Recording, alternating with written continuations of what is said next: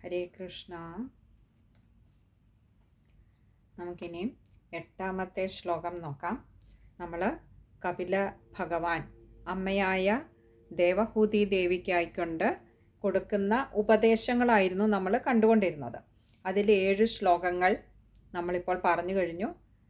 ഇനിയും ഉള്ള ഈ കപില ഭഗവാന്റെ ഉപദേശത്തിലെ അവസാനത്തെ ശ്ലോകമാണ്. അതായത് 8ാമത്തെ ശ്ലോകത്തോടു കൂടി ഭഗവാന്റെ അമ്മയ്ക്കായിട്ടുള്ള ഈ ഉപദേശങ്ങൾ ഇവിടെ കഴിയുകയാണ്. അപ്പോൾ ആ കാപിലത്തിൻ്റെ അവസാനത്തെ ശ്ലോകം നമുക്ക് ഭാഗവതത്തിൽ 32ാമത്തെ അധ്യായത്തിലായിട്ട് വിവരിക്കുന്നതാണിത്. അതിൻ്റെ രത്നചുരുക്കമാണ് ഇവിടെ ശ്രീ മേൽപ്പത്തൂർ നാരായണ ഭട്ടതിരിപ്പാട് 4 വരികളിലായിക്കൊണ്ട് ഒരധ്യായത്തെ മുഴുവൻ അങ്ങനെ കാച്ചിക്കുറുക്കിയെടുത്ത പൊന്നുപോലെ ഒരു 4 വരിയിലായിക്കൊണ്ട് ചുരുക്കി പറഞ്ഞിരിക്കുന്നത്. നമുക്ക് ആ ശ്ലോകത്തിലേക്ക് കടക്കാം. പിതൃസുരഗണയാജി ധാർമ്മികോ യോ ഗൃഹസ്ഥ സച നിപതതി കാലേ ദക്ഷിണാത്വോപഗാമി മയി നിഹിതമകാമം കർമ്മതൂതപഥാർത്ഥം കപിലതനുരിതിത്വം ദേവഹൂത്യൈ ന്യഗാദി. ഇനി നമുക്ക് അതിലെ പദങ്ങളുടെ അർത്ഥം നോക്കാം. പിതൃസുരഗണയാജി, പിതൃക്കളെയും, സുരന്മാരെന്ന് പറഞ്ഞാൽ ദേവന്മാർ, സുരഗണം ദേവഗണം, ദേവഗണങ്ങളെയും പിതൃക്കളെയും സുരഗണങ്ങളെ അഥവാ ദേവഗണങ്ങളെയും യാജി, യാജി എന്നാൽ പൂജിക്കുന്നുവോ. അപ്പോൾ ആരാണോ അത് വരുന്നുണ്ട്. പിതൃക്കളെയും ദേവഗണങ്ങളെയും പൂജിക്കുന്നത്. പിന്നെയോ ധാർമ്മിക എന്ന് പറഞ്ഞാൽ ധാർമ്മികനായിട്ട് ജീവിക്കുന്ന ആളിനെയാണ് ധാർമ്മികൻ എന്ന് പറയുന്നത്. തൻ്റെ കർമ്മമാർഗങ്ങളൊക്കെയും ധർമ്മത്തിൽ അടിസ്ഥാനപ്പെടുത്തിക്കൊണ്ട് ജീവിതത്തെ മുന്നോട്ട് നയിക്കുന്ന ആളാണ് ധാർമ്മികൻ. അപ്പോൾ ആരാണോ, അടുത്ത പറയുകയാണ് യോ എന്നാൽ യഹ, യാതൊരുവൻ, അല്ലെങ്കിൽ ആരാണോ എന്താ ധർമ്മത്തിൽ അടിസ്ഥാനമായി ജീവിക്കുന്നത്, തന്നെയല്ല പിതൃക്കളെയും ദേവഗണങ്ങളെയും ദേവന്മാരെയും പൂജ ചെയ്യുന്നത്. ഗൃഹസ്ഥ എന്ന് പറഞ്ഞാൽ ഗൃഹസ്ഥൻ. അപ്പോൾ ഏതൊരു ഗൃഹസ്ഥനാണോ പിതൃക്കളെയും ദേവഗണങ്ങളെയുമൊക്കെ പൂജിക്കുന്നത്, ഇവിടെ ഇതിനകത്ത് നമുക്കൊന്നുകൂടി മനസ്സിലാക്കേണ്ടതുണ്ട്. എങ്ങനെ പൂജിക്കുന്നത്? ഫലേച്ഛയോടുകൂടി പൂജിക്കുന്നത്. നമ്മൾ ദേവന്മാരെ പൂജിക്കുന്നതായിക്കോട്ടെ, പിതൃകർമ്മങ്ങൾ ചെയ്യുന്നതായിക്കോട്ടെ, അത് നമുക്ക് ഫലേച്ഛയോടുകൂടി ചെയ്യുന്നത്. അതേപോലെ തന്നെ ഈ ധർമാനുഷ്ഠാനങ്ങൾ നടത്തുന്നതും ഫലങ്ങൾക്ക് വേണ്ടി ഫലേച്ഛ കൊണ്ടാണെങ്കിൽ അങ്ങനെയുള്ള ഗൃഹസ്ഥൻ സഹ എന്നാൽ അവൻ എന്നുള്ള അർത്ഥത്തിൽ, അങ്ങനെയുള്ള ഗൃഹസ്ഥൻ, ച എന്ന് പറഞ്ഞാൽ അവനും എന്നുള്ളത്, കൂടി എന്നുള്ള അർത്ഥത്തിൽ, അവനും നിപതതി എന്ന് പറഞ്ഞാൽ അങ്ങനെയുള്ള ആ ഗൃഹസ്ഥനും, നിപതതി എന്നാൽ പതിക്കുന്നു, അഥവാ നമ്മൾ പതിക്കുക എന്ന് പറഞ്ഞാൽ ഉയരങ്ങളിലേക്ക് പോയിട്ട് തിരികെ അതിലേക്ക് വരുന്നതിനാണ് നമ്മൾ പതിക്കുക എന്ന് പറയുന്നത്. അപ്പോൾ അങ്ങനെയുള്ളവരും വീണ്ടും വരുന്നു, അല്ലെങ്കിൽ താഴേക്ക് പതിക്കുന്നു. എങ്ങനെ? കാലേ ദക്ഷിണാത്വോപഗാമി. കാലേ എന്ന് പറഞ്ഞാൽ കാലമെത്തുമ്പോൾ. നമുക്ക് വിശദമായിട്ട് പറയാം. നമ്മൾ 4ാമത്തെ ദശകത്തിൽ നമ്മൾ കണ്ടിരുന്ന പറഞ്ഞ കാര്യങ്ങളൊക്കെ തന്നെയാണ്, അതിൻ്റെ രത്നചുരുക്കമാണ് ഇവിടെ ഈ ഒരു ശ്ലോകത്തിൽ പറയുന്നത്. നമ്മളത് ഇനി വിശദീകരിക്കുമ്പോൾ നമുക്ക് പറയാതെ, കാലേ എന്ന് പറഞ്ഞാൽ ആ കാലമെത്തുമ്പോൾ. ദക്ഷിണാത്വോപഗാമി. ദക്ഷിണാത്വോപഗാമി, ഉപഗാമി എന്ന് പറഞ്ഞാൽ ഗമിക്കുന്നു അല്ലെങ്കിൽ ആ വഴിയെ പോകുന്നു. എങ്ങനെ? ദക്ഷിണാത്വോപഗാമി, ദക്ഷിണായനത്തിൻ്റെ മാർഗത്തിലൂടെ അങ്ങനെ പോകുന്നു. അപ്പോൾ ഫലേച്ഛയോടുകൂടി യാതൊരാളാണോ പിതൃകർമ്മം ചെയ്യുന്നത്, ദേവന്മാരെ പൂജിക്കുന്നത്, ഫലേച്ഛയോടുകൂടി ധാർമ്മികമായ മാർഗങ്ങളിൽ സഞ്ചരിക്കുന്ന, അപ്പോൾ ധർമ്മത്തിൽ അടിസ്ഥാനമായി ജീവിക്കുന്നത്, തനിക്ക് എന്തെങ്കിലും അതിന് പ്രതിഫലം കിട്ടാൻ വേണ്ടി താൻ ചെയ്യുന്ന പിതൃകർമ്മങ്ങളും അതേപോലെ തന്നെ ദേവപൂജയും ഒക്കെ തന്നെയും തനിക്ക് കിട്ടാൻ പോകുന്ന ആ ഒരു പ്രതിഫലത്തെ ഉദ്ദേശിച്ചുകൊണ്ട് ചെയ്യുന്നത്, അത് ധാർമ്മികനായ ഗൃഹസ്ഥനായിരുന്നാൽ പോലും അങ്ങനെയുള്ള ഗൃഹസ്ഥൻ ദക്ഷിണായനത്തിലൂടെ സഞ്ചരിക്കേണ്ടി വരുന്നു. ഇവിടെ ദക്ഷിണായനം എന്ന് പറയുമ്പോൾ പുക, അതേപോലെ തന്നെ കറുത്ത പക്ഷം, പിന്നെ രാത്രികാലങ്ങളിൽ അങ്ങനെയൊക്കെ ദേഹം ഉപേക്ഷിക്കേണ്ടി വരിക. അല്ലെങ്കിൽ നമുക്കറിയാം കർക്കിടകം മുതലുള്ള 6 മാസക്കാലമാണ് ദക്ഷിണായനമായിട്ട് കണക്കാക്കപ്പെടുന്നത്. ആ ദക്ഷിണായനത്തിലൂടെ സഞ്ചരിച്ചിട്ട് തൻ്റെ, ഇവിടെ പറഞ്ഞു കാലമെത്തുമ്പോൾ, അഥവാ താൻ ചെയ്ത ഈ സൽക്കർമ്മങ്ങൾ ചെയ്യുന്നത് സൽക്കർമ്മമായിരുന്നാൽ പോലും അത് ഫലേച്ഛയോടുകൂടി ചെയ്യുമ്പോൾ ആ സൽക്കർമ്മങ്ങളുടെ ഫലം അനുഭവിച്ചതിന് ശേഷം അങ്ങനെയുള്ള ജീവന്മാർ വീണ്ടും താഴേക്ക് പതിക്കുന്നു, അഥവാ വീണ്ടും ജന്മമെടുത്ത് ഭൂമിയിലേക്ക് തന്നെ മടങ്ങേണ്ടി വരുന്നു എന്നാണ് ഇവിടെ പറഞ്ഞത്. കാലം എത്തുമ്പോൾ, ഏത് കാലം? താൻ ചെയ്ത കർമ്മങ്ങളുടെയൊക്കെ പുണ്യം അനുഭവിച്ചു കഴിയുമ്പോൾ, ആ ഫലമൊക്കെ അനുഭവിച്ചു കഴിയുമ്പോൾ വീണ്ടും ഇതേ ഭൂമിയിലേക്ക് തന്നെ, അല്ലെങ്കിൽ വീണ്ടും ജന്മമെടുത്തുകൊണ്ട് ശരീരത്തെ സ്വീകരിച്ചുകൊണ്ട്, അത് ആ ശരീരത്തെ സ്വീകരിക്കുമ്പോൾ എന്ന് പറയുമ്പോൾ അത് മനുഷ്യനും തന്നെയല്ല, ഏത് ചരാചരമായിട്ടും വീണ്ടും അത് ജനിക്കേണ്ടി വരുന്നു. പിന്നെയോ അടുത്തത് പറയാണ്, ഇത് ധാർമ്മികനായിട്ടുള്ള ഗൃഹസ്ഥനായിട്ടുകൂടി ഇതാണ് അവസ്ഥ. എന്നാൽ മയി നിഹിതമകാമം കർമ്മതൂതപഥാർത്ഥം. മയി എന്നാൽ എന്നിൽ, നിഹിതമകാമം, നിഹിതം അകാമം, ഇങ്ങനെ 2 വാക്കുകൾ ചേരുന്നതാണ് നിഹിതമകാമം. നിഹിതം എന്നാൽ സമർപ്പിക്കപ്പെട്ട, എന്നിൽ അർപ്പിച്ചുകൊണ്ട്. എങ്ങനെ? അകാമം. അകാമം എന്നാൽ നിഷ്കാമമായിട്ടുള്ള കർമ്മം, അഥവാ യാതൊരു ഫലേച്ഛയും കൂടാതെ തൻ്റെ കർമ്മങ്ങളെ ചെയ്യുക. ആ ചെയ്യുന്ന കർമ്മങ്ങളൊക്കെ ഭഗവാനിൽ സമർപ്പിച്ചുകൊണ്ട് ചെയ്യുന്ന അങ്ങനെയുള്ളവരുടെ കാര്യമാണ് അടുത്തത് പറയുന്നത്. കർമ്മതൂതപഥാർത്ഥം. കർമ്മ എന്നാൽ കർമ്മം, തൂതപഥാർത്ഥം, ഉദക്പഥാർത്ഥം, ഇങ്ങനെ 2 വാക്കുകൾ ചേരുന്നതാണ് തൂതപഥാർത്ഥം. തൂ എന്നാൽ ആകട്ടെ, അങ്ങനെയുള്ളവരാകട്ടെ, അഥവാ ചെയ്യുന്ന കർമ്മങ്ങളുടെ അതിൻ്റെ പ്രതിഫലം ഇച്ഛിക്കാതെ, തനിക്കെന്തെങ്കിലും അതിന് പകരമായി ലഭിക്കുമെന്ന് കരുതാതെ ചെയ്യുന്ന കർമ്മങ്ങളൊക്കെയും ഭഗവത് സമർപ്പിതമായി ചെയ്യുന്നവൻ, അങ്ങനെയുള്ളവരാകട്ടെ ഉദക്പഥാർത്ഥം എന്ന് പറഞ്ഞാൽ ഉത്തരായന മാർഗം വഴി ഗമിക്കുന്നു. നമ്മൾ ഇത് 4-ാമത്തെ ദശകത്തിൽ കണ്ടതാണ്. അഥവാ നമ്മൾ വെളിച്ചമുള്ള സമയത്ത്, അഥവാ പകൽ സമയത്ത്, അതല്ല എങ്കിൽ വെളുത്ത പക്ഷത്തിൽ, പിന്നെയോ ഉത്തരായനത്തിൽ, ഇങ്ങനെ നമുക്കറിയാം മകരസംക്രമം മുതലുള്ള 6 മാസക്കാലമാണ് ഉത്തരായനം എന്ന് പറയുന്നത്. ഇങ്ങനെയുള്ള ഈ കാലഘട്ടങ്ങളിൽ ഇങ്ങനെയുള്ളവർ ദേഹത്തെ ഉപേക്ഷിക്കുകയും, തന്നെയല്ല അവരാകട്ടെ അങ്ങനെ ആ ഉത്തരായനത്തിൽ ഗമിക്കുന്നവർ, നമ്മൾ ഇനിയും വരുന്നുണ്ട്, ചരിതമൊക്കെ പഠിക്കുമ്പോൾ നമുക്കത് കൂടുതൽ അറിയാൻ കഴിയും. ധ്രുവപദം വരെ എത്തിച്ചേരുന്നു.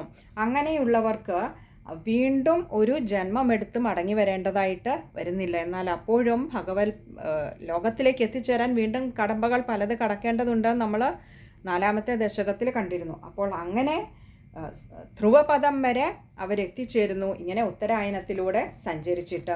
ഈ ഉത്തരായനത്തിലൂടെ, അഥവാ പകൽ സമയത്ത് അല്ലെങ്കിൽ വെളിച്ചമുള്ളപ്പോൾ അല്ലെങ്കിൽ വെളുത്ത പക്ഷത്തിൽ ഇങ്ങനെ യാത്രയാകുന്ന ജീവന് തൻ്റെ കർമ്മങ്ങളുടെയൊക്കെ പ്രതിഫലം ഇച്ഛിക്കാത്തത് കൊണ്ട് തന്നെ അവിടെ പുണ്യങ്ങൾക്കൊരു താൻ ചെയ്ത കർമ്മങ്ങളുടെ പുണ്യപാപങ്ങൾ ആ ജീവനെ ബാധിക്കാതിരിക്കുന്നത് കൊണ്ട് തന്നെ ധ്രുവപദത്തിലേക്ക് എത്തിക്കഴിഞ്ഞാൽ അവിടെ നമ്മളിനിയും ധ്രുവപദത്തിൻ്റെ വിശേഷമൊക്കെ പിന്നീട് കാണും. അവിടെ ആ ഭഗവത് ചിന്ത, അവിടെയും ആഗ്രഹങ്ങൾ ഇല്ലാത്തത് കൊണ്ട് തന്നെ, കാമമില്ലാത്തത് കൊണ്ട് തന്നെ ആ കർമ്മങ്ങളൊക്കെയും ഭഗവത് സമർപ്പിതമായി ചെയ്തതുകൊണ്ട് തന്നെ പുണ്യപാപങ്ങളുടെ അനുഭവത്തിൻ്റെ ഒരു ലോകത്തിലേക്ക് അവർ എത്തിപ്പെടുന്നില്ല.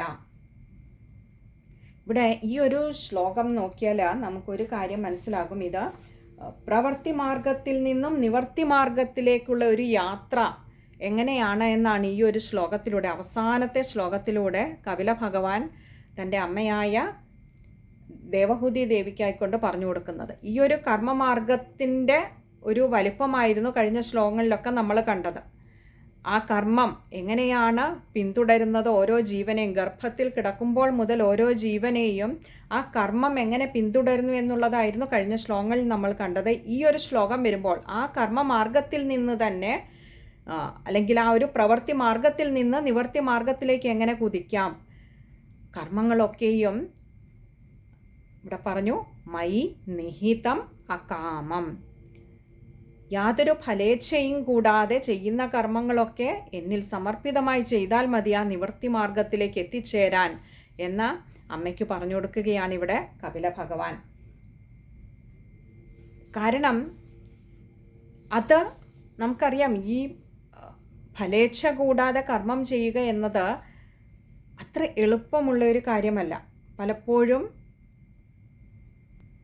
നമ്മുടെയൊക്കെ ഓരോ കർമ്മത്തിനും പിന്നിൽ ഏതെങ്കിലുമൊക്കെ തരത്തിലുള്ള ഒരു ആഗ്രഹം, അത് ചിലപ്പോൾ ആ ആഗ്രഹത്തിന് സാത്വിക ഗുണമായിരുന്നാൽ പോലും ഈ ആഗ്രഹത്തിൽ അധിഷ്ഠിതമാണ് കർമ്മങ്ങളെന്ന് നമുക്ക് കാണാം. സൂക്ഷ്മമായി പരിശോധിച്ചാൽ ഈ ആഗ്രഹങ്ങളാണ് കർമ്മങ്ങൾ ചെയ്യാൻ നമ്മെ പ്രേരിപ്പിക്കുന്നതും. അതുകൊണ്ട് തന്നെ ഫലേച്ഛ കൂടാതെ കർമ്മം ചെയ്യുക എന്നത് ദുഷ്കരമായ ഒരു കാര്യമാണ് സാധാരണക്കാരായ ലൗകികർക്ക്.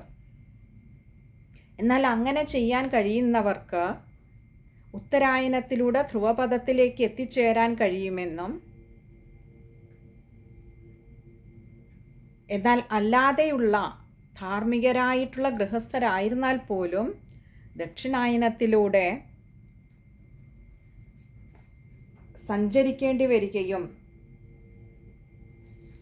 ആ താൻ ചെയ്ത പുണ്യങ്ങളൊക്കെ അനുഭവിച്ച് തീർത്തതിന് ശേഷം വീണ്ടും ആ കർമ്മത്തിൻ്റെ ബാക്കി ആ ചങ്ങല പൂർത്തിയാക്കാനായി വീണ്ടും ജനിക്കാൻ ഇടവരികയും ചെയ്യുന്നു എന്ന് ഇവിടെ പറയുകയാണ്. ഈ ഒരു കർമ്മപാശത്തെ ലംഘിക്കുക എന്ന് പറയുന്നത് ഇതിങ്ങനെ ഒരു തുടർക്കഥ പോലെ പോകുന്നതാണ്. ഇതിനെ ലംഘിക്കുക എന്നത് നമ്മൾ ജ്ഞാനപ്പാനയിൽ പറയുന്നത് പോലെ കർമ്മപാശത്തെ ലംഘിക്കുക എന്നത് ബ്രഹ്മാവിനും എളുതല്ല നിർണയം. അപ്പോൾ കർമ്മങ്ങൾ ചെയ്യാതിരുന്നു കൊണ്ട് നമുക്ക് ഈ ഒരു കർമ്മപാശത്തെ ബന്ധിക്കാനാവില്ല. പക്ഷേ കർമ്മങ്ങൾ ചെയ്യുമ്പോഴും ആ കർമ്മങ്ങൾ അകാമമായി ചെയ്യാൻ കഴിഞ്ഞാൽ, താൻ ചെയ്യുന്ന കർമ്മങ്ങളൊക്കെ ആ ഭഗവത്പാദങ്ങളിൽ സമർപ്പിതങ്ങളായി ചെയ്യാൻ കഴിഞ്ഞാൽ, ഭഗവത് പ്രീതിക്കായിക്കൊണ്ട് ചെയ്യാൻ കഴിഞ്ഞാൽ, അങ്ങനെയുള്ളവർക്ക് ഈ കർമ്മപാശത്തിൽ നിന്നും എളുപ്പം മോക്ഷം നേടാൻ അല്ലെങ്കിൽ മുക്തി നേടി ഈ സംസാരസാഗരമാകുന്ന ഈയൊരു ബന്ധനത്തിൽ നിന്നും മുക്തി ലഭിക്കാൻ സഹായിക്കുന്നതാണ് എന്ന് കാണാം. അങ്ങനെ അല്ലാത്തവർക്കാണ്, ഈ ആഗ്രഹങ്ങളിൽ അധിഷ്ഠിതമായി കർമ്മങ്ങൾ ചെയ്യുന്നവർക്കാണ്, സകാമ കർമ്മങ്ങൾ ചെയ്യുന്നവർക്കാണ് ഈ നമ്മൾ ഭജഗോവിന്ദത്തിൽ പറയും പോലെ പുനരഭിജനനം പുനരഭിമരണം എന്ന ചക്രത്തിൽ വീണ്ടും വന്ന് പെടേണ്ടി വരുന്നത്. ഇവിടെ നമ്മൾ കണ്ടു, ദക്ഷിണായനത്തിലൂടെ ധൂമമാർഗത്തിലേക്കാണ് ആദ്യം ഒരു ജീവന് എത്തിച്ചേരുന്നത്. അങ്ങനെ അവിടെ വെച്ച് ഈ ഒരു കേവലമായിട്ടുള്ള ആ ഒരു കാമ്യകർമ്മത്തെ ചെയ്യുന്ന ജീവന് ആ പ്രാരബ്ധ കർമ്മങ്ങളിലൂടെ അതിൻ്റെ അവസാനത്തിൽ അത് ലിംഗശരീരം കൊണ്ട് നിർഗമിക്കുകയാണ് ചെയ്യുന്നത്. അങ്ങനെ ആ പുറത്തേക്ക് വരുന്ന ആ ജീവനെ രാത്രിയാഭിമാനിയായിരിക്കുന്ന ദേവതയുടെ കൈകളെയും അതേപോലെ തന്നെ കൃഷ്ണപക്ഷാധിഷ്ഠാന ദേവതയുടെ കൈകളെയും ഒക്കെ ആ ദേവത അങ്ങനെ ആ പിതൃമാർഗത്തിൽ കൂടി, പിതൃലോകത്തിൻ്റെ ആ ഒരു മാർഗത്തിൽ കൂടി അങ്ങനെ ആകാശത്തിൽ ചന്ദ്രൻ്റെ സമീപത്തേക്കാണ്, ചന്ദ്രലോകത്തിലാണ് അത് എത്തിപ്പെടുന്നത്. അവിടെ ഇരുന്നിട്ട് താൻ ചെയ്ത എല്ലാ സുഹൃതങ്ങളും അനുഭവിച്ച് തീർക്കുന്ന, ആ സുഹൃതങ്ങളുടെയൊക്കെ ഫലം അനുഭവിച്ച് തീർത്ത് കഴിയുമ്പോൾ വീണ്ടും, അതായത് ആ ചന്ദ്രലോകത്തിൽ നിന്നും വീണ്ടും സ്വർഗത്തിലേക്ക് പോകും. ആ സ്വർഗത്തിൽ ഇരുന്നു കൊണ്ട് താൻ ചെയ്ത സുഹൃതങ്ങളുടെയൊക്കെ ഫലം അനുഭവിക്കുന്നു. അവിടെ നിന്നും ആദ്യഘട്ടത്തിൽ അത് ആകാശമാർഗത്തിലും പിന്നീടത് വായുമാർഗത്തിലും അവിടെ നിന്നും പിന്നീട് ധൂമമാർഗത്തിലും അതേപോലെ മേഘമാർഗത്തിലും അതിനുശേഷം അത് ഔഷധികളായി വന്ന് പതിക്കുന്നു. ഔഷധികളിലുമൊക്കെ വന്ന് പതിക്കും. അങ്ങനെ ഈ ഔഷധികളിൽ നിന്നുമാണ് പിന്നീടത് അന്നമായിട്ട് മാറുകയും ഈ അന്നം പിന്നീട് രേതസ്സായിട്ട് തീരും. ഈ രേതസ്സാണ് സ്ത്രീ യോനികളിൽ ഗമിച്ചിട്ട് വീണ്ടും ശരീരിയായിട്ട് പുതിയ ഒരു ജന്മമെടുക്കുന്നത്. അവിടെയും നമുക്ക് കാണാം ഈ പുണ്യം ഒക്കെ അനുഭവിച്ച് തീർത്തിട്ട് ബാക്കി അവശേഷിക്കുന്നത്, നമ്മൾ പറഞ്ഞിരുന്നു സ്വർഗ്ഗലോകത്തിൽ അനുഭവിക്കുന്നു, ഇങ്ങനെ പല ലോകങ്ങളിലൂടെ കടന്നു പോകുന്ന ഇപ്പോൾ പറഞ്ഞു. അവിടെയൊക്കെ ഈ അനുഭവിച്ച് തീർത്തിട്ട് അവശേഷിക്കുന്നത് പുണ്യമാണ് കൂടുതലായിട്ടുള്ളതെങ്കിൽ അവർ വന്ന് ബ്രാഹ്മണ യോനികളിലാണ് ആ ജീവൻ വന്ന് പിറക്കുന്നത്. അതേസമയം പാപമാണ് കൂടുതലായിട്ടുള്ളതെങ്കിൽ ചണ്ടാല യോനികളിൽ വന്ന് പിറക്കാൻ ഇടവരുന്നു. ഇതാണ് ജീവൻ്റെ ആ ഒരു യാത്രയുടെ ആ കർമ്മ മാർഗത്തിലൂടെ, കർമ്മം ഒരു ജീവനെ എങ്ങനെയൊക്കെയാണ് കൊണ്ടുപോകുന്നത് എന്നൊന്ന് ചുരുക്കി പറഞ്ഞാൽ നമുക്ക് ഇങ്ങനെയാണ് അതിനെ ഒന്ന് സംഗ്രഹിക്കാൻ കഴിയുക. അപ്പോൾ ഇങ്ങനെയുള്ള ഈ യാത്രകളുടെയൊക്കെ അവസാനം ഈ ജീവൻ ഏതൊരു യോനിയിൽ പിറക്കണമെന്ന് നിശ്ചയിക്കുന്നത് അനുഭവിച്ചതിന് ശേഷം ഓരോരോ ലോകങ്ങളിലും, നമ്മൾ പറഞ്ഞു ധൂമമാർഗം മുതൽ സ്വർലോകം വരെയുള്ള ഒരു യാത്ര ഒന്ന് വളരെ ചുരുക്കി പറഞ്ഞിരുന്നു. അവിടെയൊക്കെ ഓരോരോ ലോകങ്ങളിലും അനുഭവിച്ചതിൻ്റെ ശേഷം ബാക്കി വരുന്നത് പുണ്യമാണോ പാപമാണോ കൂടുതലുള്ളത് എന്നുള്ളതിനെ ആശ്രയിച്ചാണ് പിന്നീട് ഒരു ഈ ജീവൻ സ്വീകരിക്കുന്നത്. അതേസമയം ആരാണോ താൻ ചെയ്യുന്ന കർമ്മങ്ങളെയൊക്കെ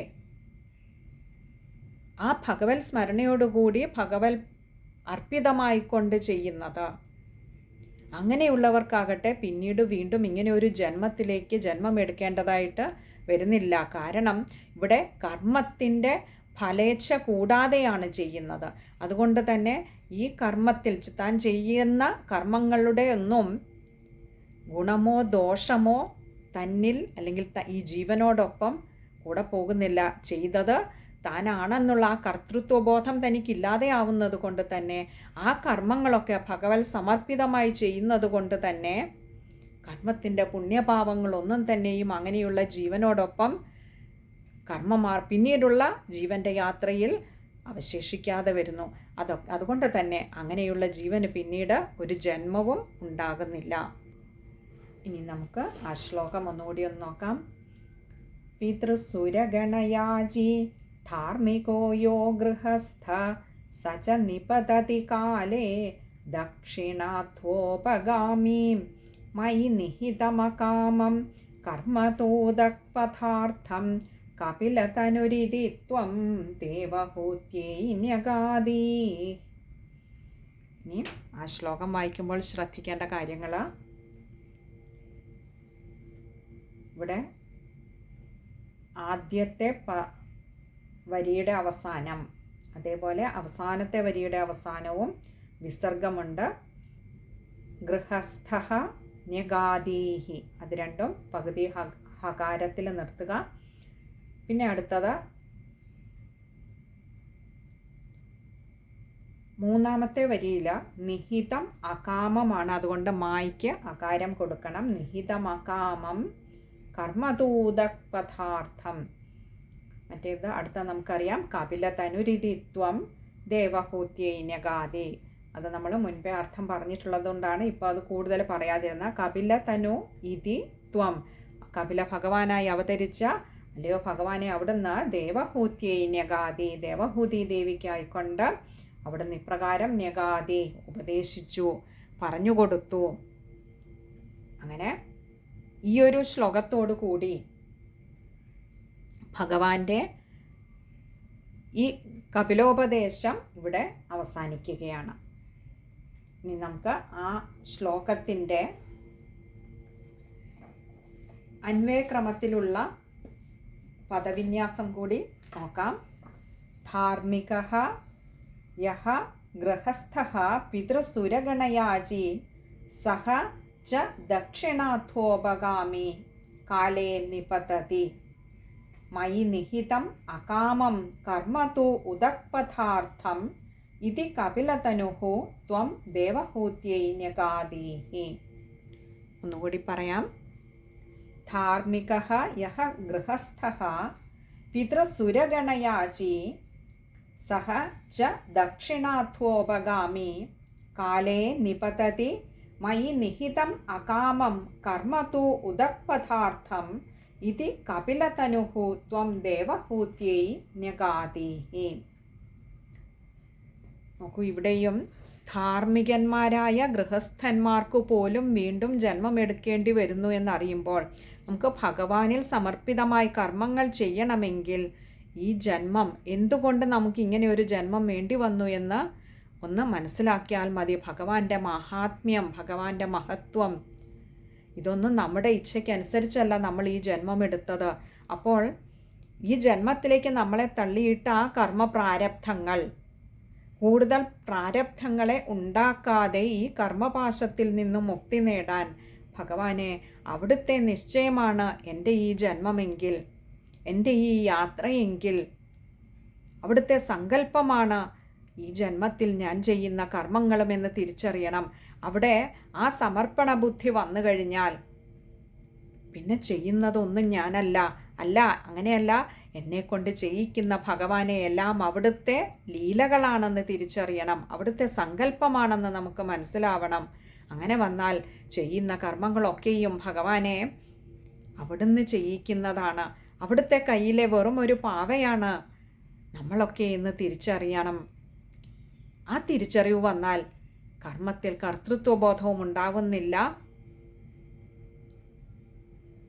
നമ്മളാണ് ചെയ്യുന്നതെന്നുള്ള കർത്തൃത്വബോധം ഇല്ലാത്തത് കൊണ്ട് തന്നെ ഭഗവാന്റെ ലീലയാണ് നമ്മളെ കൊണ്ട് കർമ്മം ചെയ്യിക്കുന്നതെന്ന് തിരിച്ചറിയുമ്പോൾ ആ ചെയ്യുന്ന കർമ്മങ്ങൾക്കൊന്നും പുണ്യപാപങ്ങളുടെ കറപുരളാതെ ഇരിക്കും. അങ്ങനെ മാത്രമേ നമുക്ക് സദാ, അപ്പോൾ ഈ ഒരു സംസാര സാഗരത്തിൽ നിന്നും നമുക്ക് കരകയറാൻ ഭഗവാനെ അവിടുത്തെ പാദങ്ങളാകുന്ന തോണികളെ ആശ്രയിക്കണം. ചെയ്യുന്ന കർമ്മങ്ങളൊക്കെ അതിനുള്ള ഒരു സമർപ്പണമായിക്കൊണ്ട് നമ്മളൊരു യാത്ര ചെയ്യുമ്പോൾ നമുക്കറിയാം, അത് ഏതൊരു ഉപാധിയായിരുന്നാലും, ബസ്സായിക്കോട്ടെ ഇല്ല മറ്റേതൊരു ഉപാധിയാണെങ്കിലും അതിനൊക്കെ നമ്മൾ ടിക്കറ്റിന് ചാർജ് കൊടുക്കുന്നത് പോലെ ഈ ഒരു സംസാര സാഗരത്തെ കടക്കാൻ ഭഗവാന്റെ പാദങ്ങളാകുന്ന ആ തോണികളെ ആശ്രയിക്കുമ്പോൾ അതിനുള്ള ഒരു സമർപ്പണമാണ്. ഈ തോണിയിലേറ്റി മറുകര എത്തിക്കാൻ ഭഗവാനുള്ള സമർപ്പണമാകണം നമ്മുടെ ജന്മം, നമ്മുടെ ഈ ജീവിതം, നമ്മുടെ കർമ്മങ്ങളൊക്കെയും. അങ്ങനെ വരുമ്പോൾ സുരക്ഷിതമായിട്ട് നമുക്ക് മറുകര എത്താൻ കഴിയും. ഇല്ലെങ്കിലോ നമ്മളെ പാതി വഴിയിൽ ഇറക്കി വിടും. അല്ലെ, സമർപ്പണം കുറഞ്ഞാൽ നമുക്കതിന് വേണ്ട ഒരു സമ്പാദ്യം കയ്യിലില്ല എങ്കിൽ കർമ്മങ്ങളുടെ ആ സമർപ്പണ ബുദ്ധിയുടെ ഭക്തിയുടെ ഒരു സമ്പാദ്യം അതിൻ്റെ അളവ് കുറയുകയാണെങ്കിൽ നമുക്ക് എത്രയുണ്ടോ ആ വഴി എത്തുമ്പോൾ, ആ ഒരു ഫിനിഷിംഗ് പോയിന്റിൽ എത്തുമ്പോൾ നമ്മളെ ഇറക്കി വിടും. അത് നമുക്കറിയാം, ബസ്സിൽ യാത്ര ചെയ്യുമ്പോൾ അതിൻ്റെ മുഴുവൻ ദൂരവും സഞ്ചരിക്കണമെങ്കിൽ പൈസ കൂടുതൽ കൊടുക്കണം. ഇല്ലെങ്കിലോ എത്ര പൈസ കൊടുത്തുവോ അത്രയും ദൂരം എത്തുമ്പോൾ നമ്മളെ ബസ്സിൽ നിന്നും ഇറക്കി വിടുന്നത് പോലെ ഈ ഒരു സംസാര സാഗരത്തിൽ ഈ ഒരു കർമ്മങ്ങളുടെ അവസാനിക്കാത്ത ഒരു യാത്രയായി ഇതങ്ങനെ തുടർന്നു പോകാതെ ഇരിക്കണമെങ്കിൽ ആ ഭഗവൽ വിചാരത്തിൻ്റെ, ഭഗവൽ സമർപ്പണത്തിൻ്റെ, ഭഗവൽ ഭക്തിയുടെ സമ്പാദ്യം കൂട്ടിക്കൊണ്ടേയിരിക്കണം. അങ്ങനെ ആ ഭഗവാന്റെ പാദങ്ങളാകുന്ന ആ ഒരു തോണിയിൽ അത് സമർപ്പിക്കുമ്പോൾ ഭഗവാൻ നമ്മളെ ഈ ഒരു കടൽ കടന്ന് ഭഗവാന്റെ ലോകത്തിലേക്ക് നമ്മളെ കൈപിടിച്ച് കൂട്ടിക്കൊണ്ടുപോകും. ഗുരുവായൂരപ്പൻ്റെ അനുഗ്രഹം ആ പാദപത്മങ്ങളിൽ എല്ലാവർക്കും അഭയം നൽകാൻ ഭഗവാന്റെ കാരുണ്യം എല്ലാവർക്കും ഉണ്ടാകട്ടെ എന്ന് പ്രാർത്ഥിക്കുന്നു. സർവത്ര ഗോവിന്ദനാമ സങ്കീർത്തനം. ഗോവിന്ദ ഗോവിന്ദ.